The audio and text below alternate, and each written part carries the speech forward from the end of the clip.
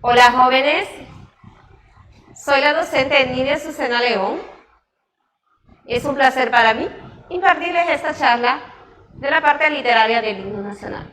Hablamos del himno nacional y hablamos que es un bello poema. Si nosotros podemos leer en la lámina, es un bello poema al cual se le adoptó un arreglo musical. Decimos que el himno nacional es un bello poema porque está escrito en verso.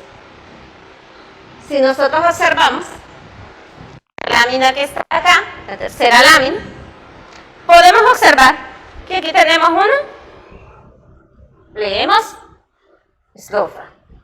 Entonces, el himno nacional consta de 8. Y dirán ustedes, ¿pero y el coro? Claro, lo involucramos el coro. De forma literaria, el coro está involucrado dentro de estas 8 estrofas. Ahora bien, como hablamos de que es un bello poema, estamos hablando de los versos. Si nosotros observamos, está enumerado del 1 al 8. ¿Qué significa esto? Que cada uno es un verso. Número 1, un verso, el 2, el tercero, y así sucesivamente contamos hasta 8. Entonces nos dice que cada una de ellas tiene 8 versos. Vamos, y si tiene 8 versos, nosotros multiplicamos 8 por 8. ¿Por qué por 8? Por 8 estrofas que tiene el himno nacional. 8 por 8 nos da 64. ¿Qué quiere decir eso? Que tenemos 64 versos. Cada uno de estos versos tiene una medida. Y esa medida nos va a dar a 10 sílabas, poéticamente. Y cuando decimos poéticamente, ¿de qué hablamos? De los recursos que utiliza el poeta para escribir cada uno de los versos. Entonces, hablamos poéticamente y nos va a dar 10 sílabas. Si dividimos cada uno de los versos, nos da 10 sílabas. Eso significa de que el himno nacional es decasílabo. ¿Por qué decasílabo? Porque está dividido en 10 sílabas. Y de repente ustedes me preguntan, pero si yo lo divido y me salen 11 sílabas.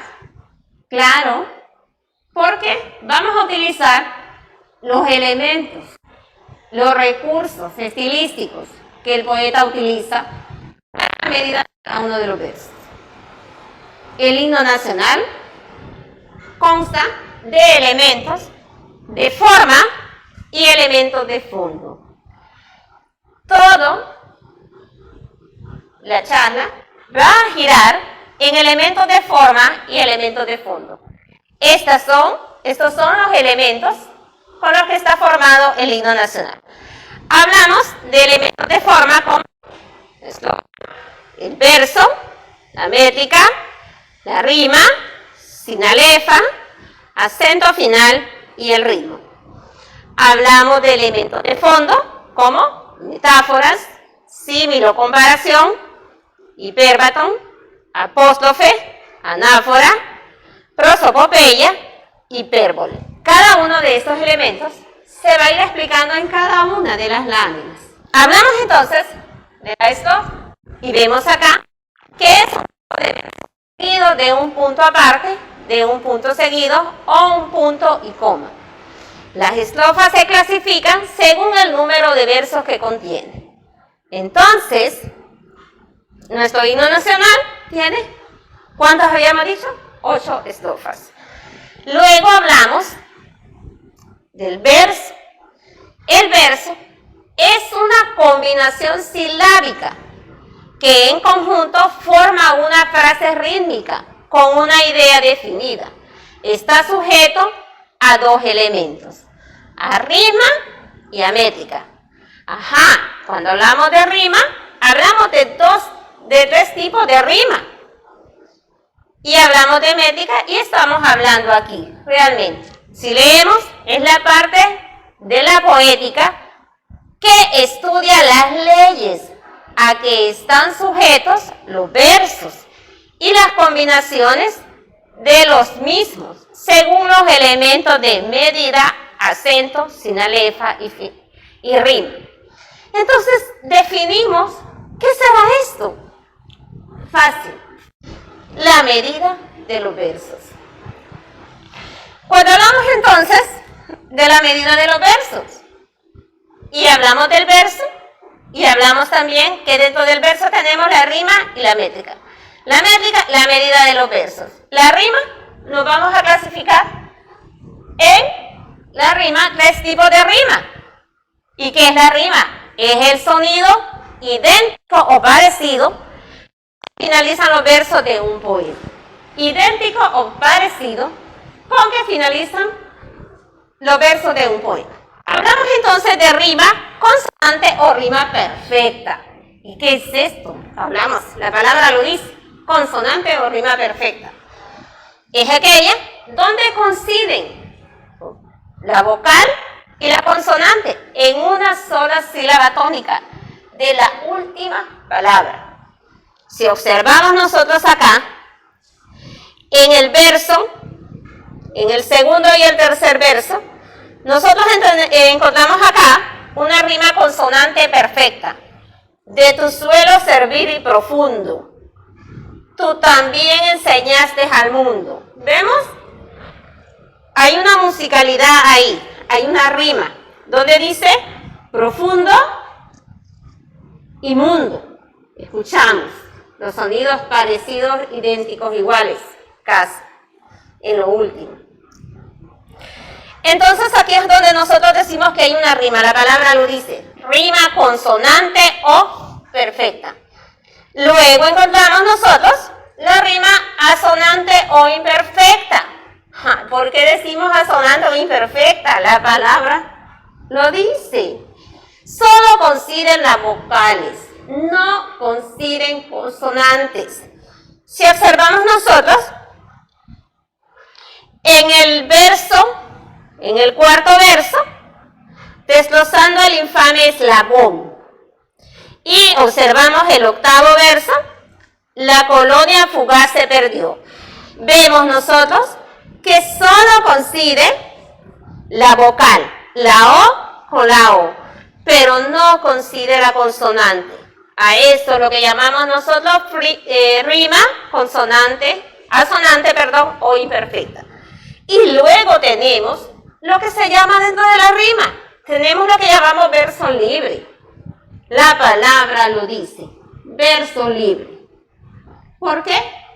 Porque no coinciden ni vocales y no coinciden ni consonantes. Libre totalmente. Si nosotros observamos en el quinto verso, y en tu suelo bendito tras la alta, vemos que ahí hay un verso libre. ¿Por qué? Porque en toda la estrofa completa, lo único que nosotros encontramos acá es una vocal. Y observamos, ¿hay alguna vocal en la terminación de toda esta, de cada uno de los versos? No hay ninguna vocal A. Esta es la única que encontramos.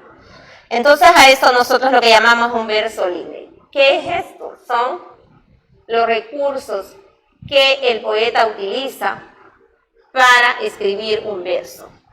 Luego encontramos nosotros también lo que llamamos nosotros la sinalefa. Recuerden que estamos en los elementos de forma. La sinalefa forma parte de los elementos de forma. Y ustedes se preguntarán, ¿para qué se utiliza esa sinalefa? ¿Por qué? ¿Para qué la ocupamos? La sinalefa es el enlace de sílabas por el cual se forma una sola sílaba a partir de la última, de un vocablo que termina en vocal y de la primera del siguiente, que empieza por vocal, o procedida de la H muda. Recuerden ustedes que la H no tenemos sonido, en nuestro idioma no tiene sonido la H. Entonces cuando encontramos una H en uno de los versos, la podemos unir fácilmente. Se puede unir. Si ustedes observan, despertaba iracunda a la vida. Van a observar ustedes y ustedes dirán, pero ¿por qué ella está uniendo aquí va y da y a? Sí, perfectamente. Si usted lo separa, vamos a ver que nos va a salir, ¿cuántas sílabas? 12. Aquí nos va a salir 12 sílabas. Pero hacemos uso del recurso estilístico como la sinalefa y es donde unimos dos sílabas. ¿Para qué? Unimos dos sílabas y ahí es donde encontramos nosotros la sinalefa. Vemos nosotros va y es unida y da y a la unimos. Bueno, ¿para qué la unimos? Para que nuestro verso nos dé 10 sílabas. Recordando, el himno nacional es decasílabo. Decasílabo, ¿por qué? Porque cada verso tiene que tener la medida de 10 sílabas. Y si le sale más, usted hace uso de los recursos como la sinalefa, el acento final y las palabras agudas, las palabras graves, las palabras llanas, esdrújulas. Luego, vamos a ver acá lo que les estoy hablando sobre los tipos de palabras y lo vemos en el acento final. La ley del acento final. Esta ley señala según la acentuación de la última palabra del verso. El número de sílabas se modifica de la siguiente manera. ¿Cómo la modificamos? Si la última palabra del verso es aguda, se suma una sílaba al verso. Si es aguda, vamos a sumar una sílaba al verso. Si la última palabra del verso es grave, el verso no se modifica. Si es aguda, se suma una. Si es grave, el verso no se modifica. Si la última palabra del verso es esdrújula, se resta una sílaba al verso. Pero el himno nacional no tiene palabras esdrújulas. No tiene este tipo de palabras al final, entonces no lo vamos a utilizar.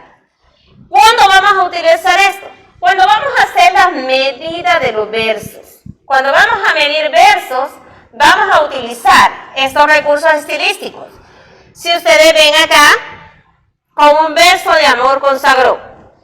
Aquí, nosotros la dividimos, entonces nos va a dar 10 sílabas. Hablamos sílabas fonéticas, porque ustedes me dicen gramaticalmente, van a salir más sílabas. Recordatorio, les va a salir más sílabas. Pero por eso es que hacemos uso de los recursos estilísticos que el poeta utiliza. Nosotros hacemos uso ¿para qué? Para poder restar, sumar o quitar. Luego, acá, y me gustaría que prestaran bastante atención porque acá sí se utiliza bastante y la mayoría de los exámenes se les pone este tipo de ejercicios a los estudiantes. Y tenemos acá la ola azul de tu espléndido manto. Si vemos nosotros, vamos a separar cada una de las sílabas. La, azul, de, tu, espléndido, manto. Entonces observamos que nos va a salir ¿cuántas? ¿Qué número es este? Bueno, nos va a salir 13 sílabas fonéticas. Hablamos de fonéticamente. Luego, vamos a hacer uso de recursos estilísticos como ¿cuáles? Como la sinalefa. Entonces, ¿qué decíamos que era una sinalefa? La sinalefa es la unión ¿de qué? De una sílaba con una vocal. Aquí vemos, unimos la La primera sílaba termina en vocal y la segunda sílaba termina en vocal. Entonces sí podemos unirla. Luego acá también tenemos otra sinalefa, la, a. Entonces unimos dicha sílaba a la siguiente y entonces nos resta uno. Entonces vamos restando. Ya aquí no serían dos, aquí sería una. Aquí sería una. Entonces vamos restando. Azul de. Acá encontramos otra sinalefa. Tú es. unimos, porque termina en vocal la sílaba, y la siguiente sílaba empieza con vocal, entonces unimos la sin alef. Luego, si nosotros observamos, vamos a restar ¿cuánto? 3 sin alefas. Entonces nos va a salir la medida de 10 versos. Ningún verso le va a salir menos de 10. Le va a salir más de 10. Y cuando hablamos que cada uno de los versos tiene 10 sílabas, estamos hablando de versos de arte mayor. ¿Cuáles son esos versos? Los versos de arte menor son aquellos versos que tienen menos de 8 sílabas. Los versos de arte mayor son aquellos versos que tienen más de 8 sílabas. Entonces el himno nacional nosotros lo clasificamos en versos de arte mayor. ¿Por qué? Porque tiene 10 sílabas. Repito de nuevo, el himno nacional es decasílabo. ¿Decasílabo por qué? Porque tiene 10 sílabas cada uno de los versos.